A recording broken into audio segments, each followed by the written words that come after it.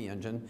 Can you name me anything any mechanical or chemical or electrical thing that the red warning light inflicts upon your vehicle? No, the red warning light, as the name implies, it warns you that something bad's going on. You need to add more coolant, you need to add more oil, you may have blown a head gasket, you don't want to drive that, you want to get towed in so you get the engine fixed. That's what the red warning light is warning you, right? Well, elevated blood cholesterol is a warning.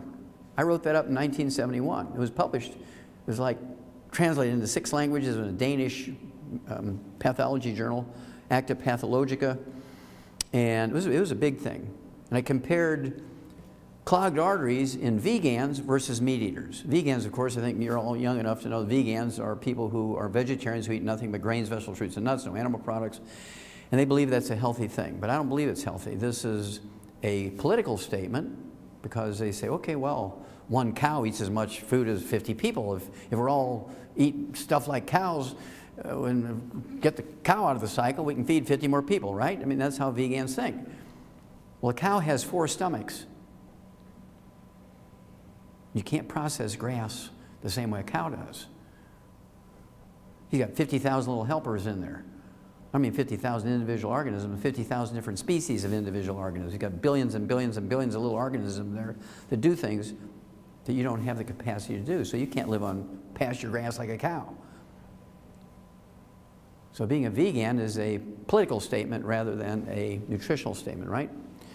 So what he did, when you do 20,000 plus autopsies in all these different species and 3,000 humans, 10 million slides, 10 million chemistries, you can write a lot of articles, which I did, right? One of which was comparing the amount of clogging of the coronary arteries in vegans versus meat eaters. Guess who had the worst clogged arteries? Vegans. Because of poorly stored grains, the oils in the grains oxidize and turn into trans fatty acids, free radicals, which inflame the arteries and cause them to clog. Another thing that happens with vegans, they stir fry organic vegetables in extra virgin olive oil. Turns into trans fatty acids, inflames your arteries and clogs your arteries. Somebody lives on, the meat and potatoes guy, as long as he's not burning the meat, if he's eating his meat raw, or medium rare, and having some baked potatoes, he won't get clogged arteries because there's no trans fatty acids in any of that. You're getting a picture here. So just because somebody says something's good, when you have to look at it and see if it really is. Well, again, cholesterol is not bad. If you have elevated blood cholesterol, the normal cholesterol for human beings, the normal range is 220 to 270. 220 to 270 is the normal range. And if you have a blood cholesterol without medication that's below 200, you have gluten intolerance because you can't absorb cholesterol. I've seen people with cholesterol at 60 and their doctors, man, you can eat 10 eggs a day and not worry about it. You got cholesterol 90, man, you're lucky. No, you're dying because you have gluten intolerance. You can't absorb cholesterol, which is a very big, complicated molecule. Okay? So, FDA adds new safety information to statin drugs, cholesterol-lowering drugs. February 2012. Federal health officials are adding new safety warnings about the risk of statin drugs for memory loss, Alzheimer's disease, and elevated blood sugar. If you take statin drugs to lower your cholesterol for 10 years, and at the same time you're on a cholesterol-restricted diet, you're going to increase your risk of Alzheimer's disease by 100%. In other words, you're going to get Alzheimer's disease as predictable as gravity. I'll tell you why in a minute. Also, if you're on statin drugs to lower your cholesterol and you have a cholesterol-restricted diet for 10 years, you increase your risk of type 2 diabetes by 50%.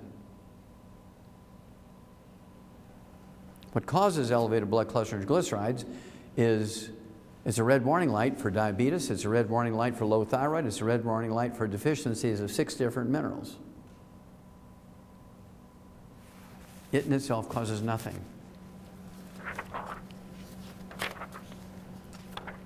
I said that in 1971, and everybody, well, I shouldn't say everybody, there was 25 doctors I used to hang around with, and of course they just put their arms around me and said, oh, Wallach, I mean, you must be sniffing glue. Everybody knows it's the cholesterol, man. Well, they all took their statin drugs, and guess what? They're all dead, I'm alive. God is good. Okay. Science News is kind of a summary journal for doctors. They look at thousands of scientific articles written every month, and they summarize them so doctors can read the summaries, which usually are half a page. And if they like something, they can send somebody to get the entire article. They don't have to read thousands of articles. This came out in June of this year.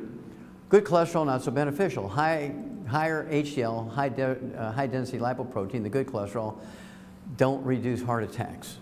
I said that in 1971. Everybody laughed at me. Now it's published. You can go back and read it. Okay?